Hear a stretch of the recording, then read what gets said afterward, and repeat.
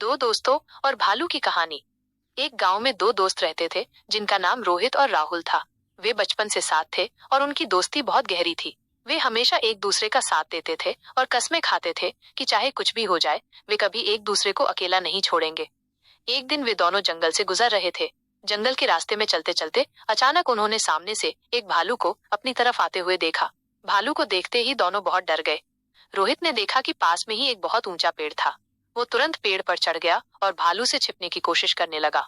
उसने एक पल के लिए भी नहीं सोचा कि उसका दोस्त राहुल क्या करेगा। राहुल को पेड़ पर चढ़ना नहीं आता था। वो अकेला और डरा हुआ था। उसे एक पुरानी बात याद आई कि भालू मरे हुए जीव को नहीं खाता।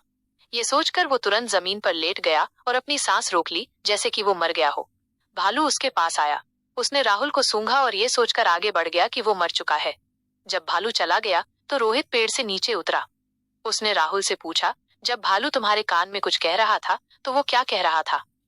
राहुल ने खड़े होकर रोहित की तरफ देखा और कहा, भालू मुझसे कह रहा था कि जो दोस्त मुसीबत में साथ छोड़ दे उस पर कभी भरोसा नहीं करना चाहिए।